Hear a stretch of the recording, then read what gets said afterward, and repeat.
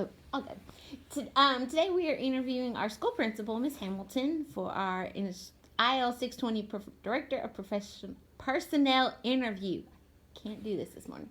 We want to thank you for agreeing to interview and sit and talk with us today. We know it's a hectic day, but we appreciate you hanging out. So our professor introduced us to Malcolm Gladwell, who is an author, a journalist, and does research on hiring practices. Gladwell discusses that there are difficulties in hiring the right staff. We have come up with a set of questions we'd like to discuss with you on your hiring process as a school principal. So during the interview process, how important is the first impression of the interviewee? I think it's very important. I think it tells you a lot about the person, and about what kind of employee they will be.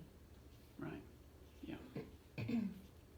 Are you more likely to hire someone on the spot or someone you've seen in action, like somebody who's been at the school for student teaching or been a substitute, or is it just a gut instinct? It's kind of a combination of the two. The district requires us to interview at least 3 people anytime we have a position open, but it is always an added bonus if I can see somebody in action during a practicum or student teaching. We've even asked in interviews before, given a situation in the classroom, how they would teach a certain subject or topic, just to kind of get an idea of what their skill set is. Right. Throw a scenario at them and see how. Mm-hmm. So if people that student teach in the school, if they're really good, that would be a plus because you would be able to see them in action at your school. Definitely. And I always, anytime we have student teachers, try to go sit in and observe them so that I can see firsthand whether this is somebody that I'm really interested in if we have a position open, Mm-hmm. or whether this is somebody that maybe I need to let them slide. And if they've student taught at a neighboring school, you call the principal and say, hey, what's your take on this person? Absolutely. We always call and check references. Mm-hmm. And with the shortage of teachers right now, Jai Hill, who is the assistant director, he actually came by yesterday. He was out visiting all the student teachers, and they are currently, anybody that graduates in December, they're sending out those people that are willing to stay in Jefferson County, their resumes out to all the principals, and I know there's at least 2 that have already been hired, so to speak, as soon as they graduate to fill unfilled positions in the county now.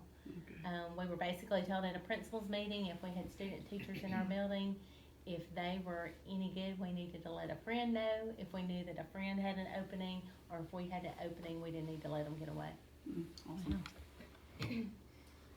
So what are your thoughts on the tenure for school employees? And do you feel the rules governing tenure should be reformed? I absolutely feel they should be reformed. To me, as a classroom teacher, I was a classroom teacher for years. If you're a good teacher, you shouldn't have to worry about tenure. Mm-hmm. You're going to have a job. I think it's almost a crux, Mm-hmm. for people. They might be good the first 3 years, but a lot of times they'll get tenure and then Mm-hmm. they turn into Well, a sorry teacher. I know I remember hearing back in the day, or the reason why it started was because there were principals that were notorious for cutting people at the last minute, I guess without reason, Well, I guess, if but you I don't know if think that's about even. if you think about it in years past, I've been in education, this is my 28th year, and in the beginning it was a lot of the good old boy Yeah, system. right. It was all in who you knew. Yes. And I think there were some people Right. that were quality teachers that may have been cut that probably shouldn't have been cut. Right. Just because of, hey, you're my buddy, I'm going to hire you to teach Right. whatever. But now there's so much in place, as far as evaluations and all of that kind of stuff, that I would think that it would not be as much of a. And the hiring process, like I said, we're required to interview at least 3 people. Right. All right, so what are the most important attributes that you look for in a classroom teacher? I want somebody that knows their content. Mhm. But they're also open, especially as a new teacher, open to being coached. Somebody that's willing to do the work, and somebody that's a team player. Mhm. So, what happens? We learned about the mismatch of that. Sometimes what we look for and what we end up getting are not the same thing. How would there be questions or things that you would change to avoid a mismatch happening? Or, you talked about the good old boy tradition. That, of course, would be a mismatch. But is there something specific that you would change to avoid having that mismatch of what I thought I was getting is there was a question or something you missed? One thing that I've done differently over the years, like when I first started as an AP principal, whenever we'd have a position, it typically just be me in the interview. Right. We've kind of gone to a committee, having other people, because sometimes other people in the interview may pick up on things that maybe I don't pick up on. And then we kind of, after we interview, we'll debrief about it. There's a rubric on the interview scoring guides for everybody to rate, and then we kind of go by that. What are the most common issues that you've dealt with when you're hiring or trying to hire? Trying to find a good quality candidate's been a issue here of the past few years. The applicant pool for teachers is just not very deep right now. Do you feel like people still think that it's a cush job? Oh, they're off at 3, they're off in the summer. Like, I know for years it's like people really don't understand what it means to be a teacher and how hard you have to work. So many people still think it's a Well, I can give you a good example. Fluff job. Allison, is teaching at Warrior, and she called me and she's like, "I'm exhausted. Like, this is hard." She's watched me all these years being my child and growing up in the school, but I just don't think people realize all the extra outside of just going in the classroom and performing those daily duties. Right. And some of these people that, because there is such a shortage right now, and they have put in place that we can hire people on an alternative certificate, people that have no experience. They may have a degree, Allison's degrees in political science, but she's in a 5th year program, or there's people in business.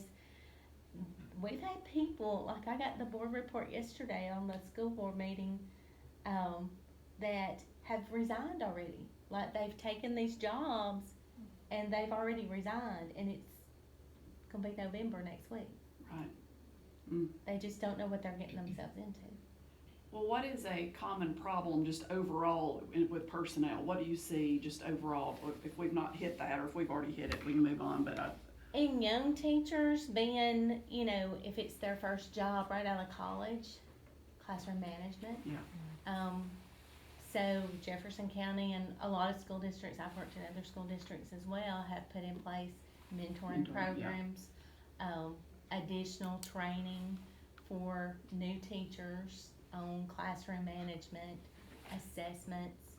They don't teach all the assessments that you guys have to give. Right. In the college setting. There's a lot of things.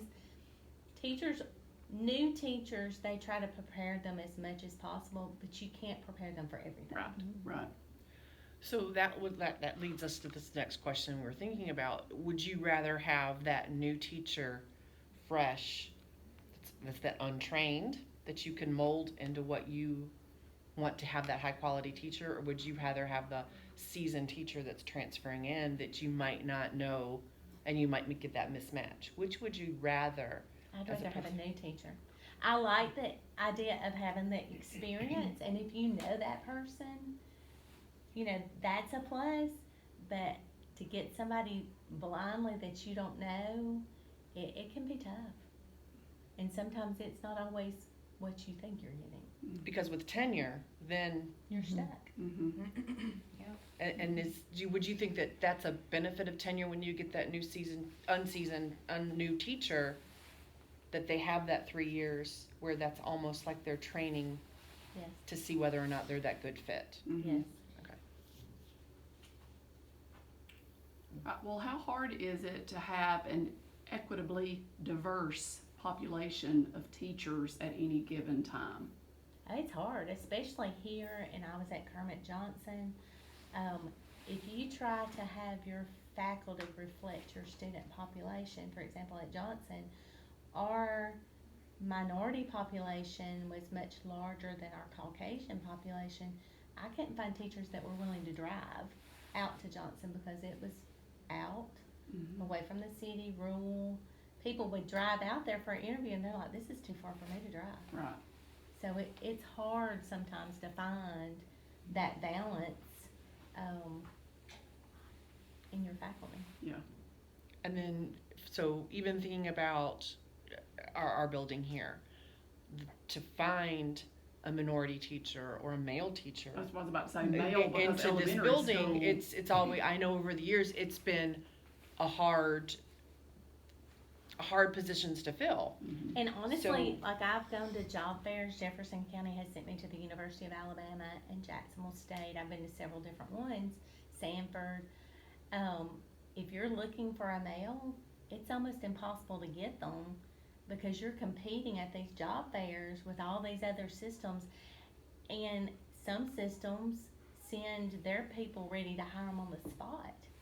So unless you have that ability, Yeah. or they really want to be in your particular school because maybe it's their home or close to their Right, home, right. it's almost impossible to get them. We've asked the difficult things about hiring, That's but true. what is the one or a couple of things or the thing that you like best about hiring a person? Getting to know the people, interviewing people and having that interaction, and then calling and checking on the references and those references validating what you think in your mind. Any other questions? Well, thank you so much for spending your time with us this morning. We appreciate it. Thank you, ladies.